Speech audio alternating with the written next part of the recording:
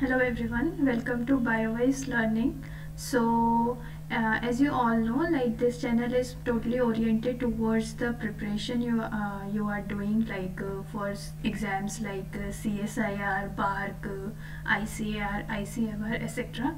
All the biotechnology or life science oriented exam. This channel will be helpful for that. So in this video, I am going to discuss about the syllabus of CSIR UGC NET. Mainly for the life science.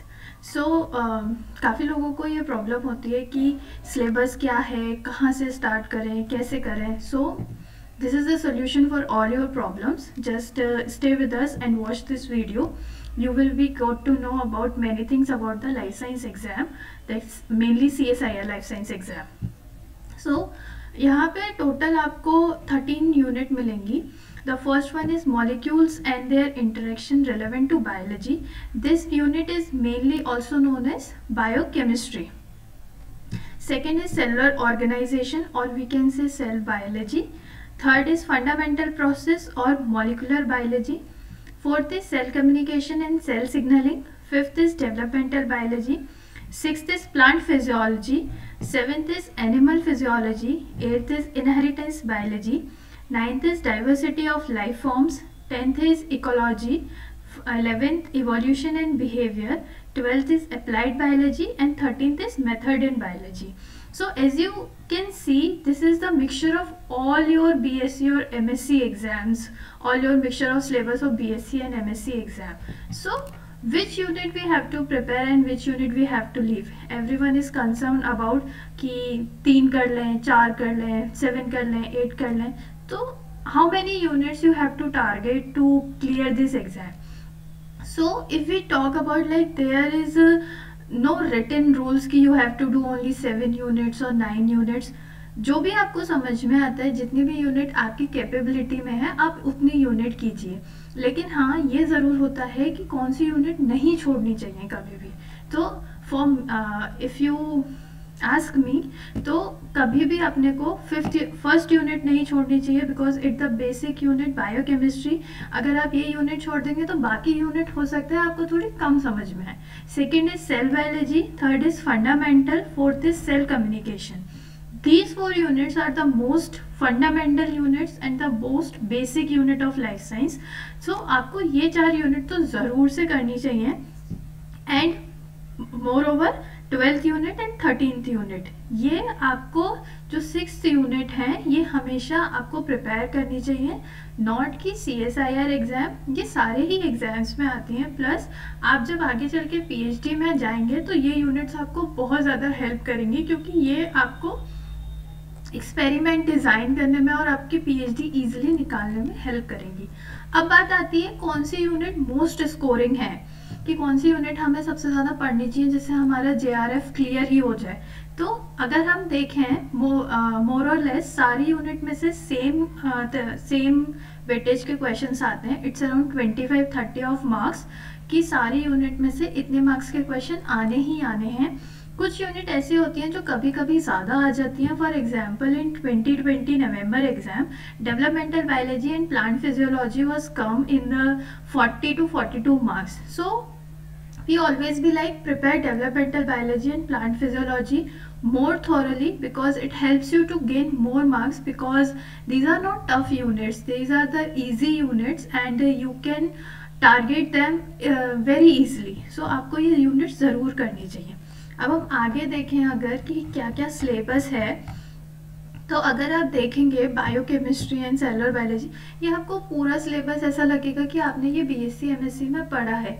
But क्या होता है कि आप उतने CSIR oriented चीज़ें नहीं पढ़ते हैं. तो अगर हम फर्स्ट यूनिट का देखें, आज इस वीडियो में मेनली हम फर्स्ट यूनिट का एनालिसिस करेंगे.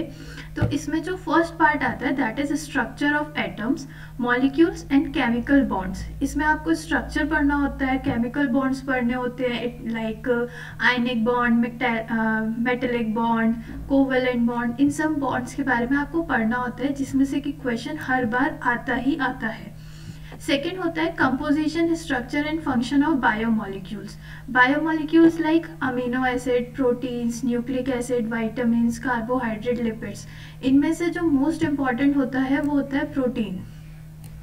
जिसमें से कि आना ही आना होता है हर साल question. And second one is nucleic acids, इनमें से ऐसा हो नहीं सकता कि किसी भी साल में क्वेश्चन छूटा हो। Third is stabilisation interaction, the same is chemical bond, same is this, हम ये और ये दोनों एक ही साथ ही पढ़ते हैं।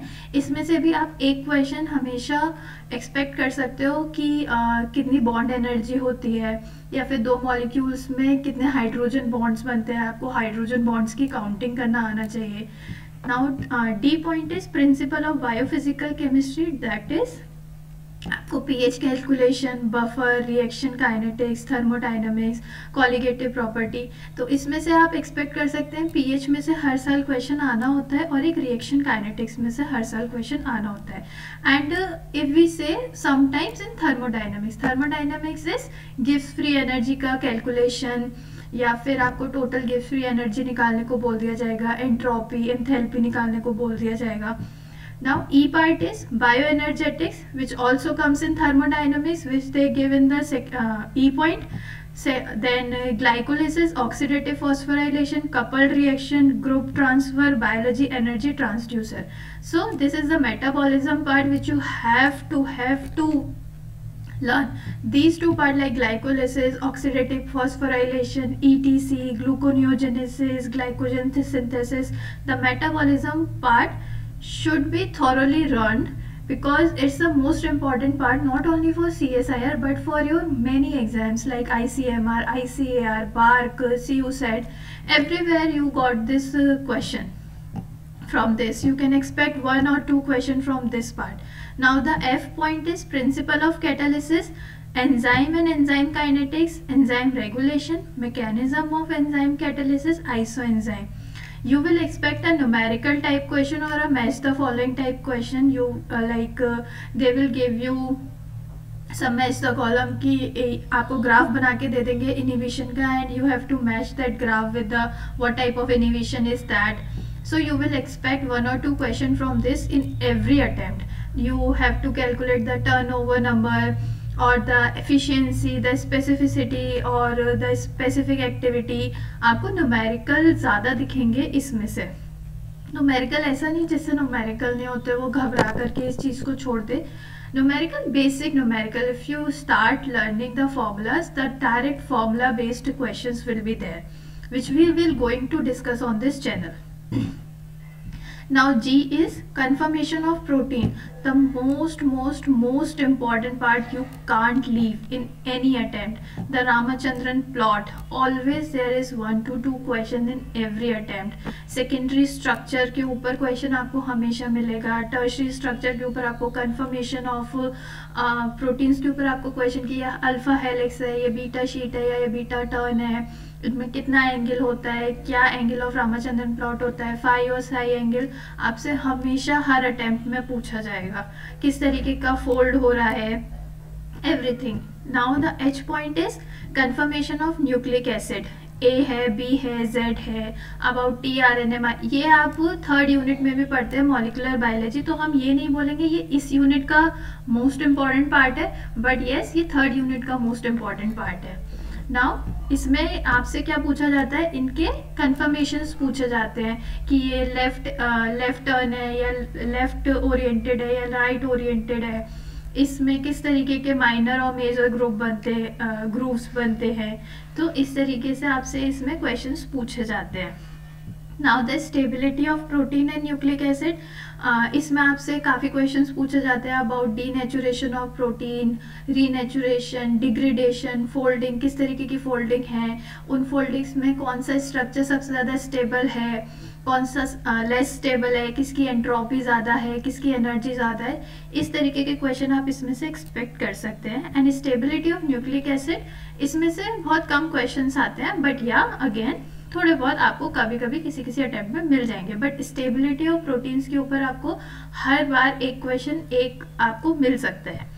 Now the J point is metabolism of carbohydrate, same as I have mentioned above कि मेटाबॉलिज्म से आपको हर बार 1 से 2 क्वेश्चन मिल जाएंगे। और किसके मेटाबॉलिज्म से? कार्बोहाइड्रेट के मेटाबॉलिज्म से और न्यूक्लिक एसिड के, न्यूक्लियोटाइड के मेटाबॉलिज्म से एंड अमीनो एसिड के मेटाबॉलिज्म से आपको हर बार एक क्वेश्चन यहाँ से आप एक्सपेक्ट कर सकते हो। तो अगर आप ये यूनिट छोड़ते हो दैट मीन्स कि आप अपनी आगे की यूनिट्स के लिए बहुत डिफिकल्टी ला रहे हो। तो ये यूनिट आपको हमेशा प्रिपेयर करनी चाहिए because it's not a tough unit, you can prepare it in a very easy way, just you have to focus on the points, like कौन से पॉइंट्स आपके CSI या नेट एग्जाम के लिए इम्पॉर्टेंट हैं। Thank you. अगर ये video आपको अच्छी लगी हो please subscribe this channel and help me to grow this channel and we will do the preparation together. Thank you.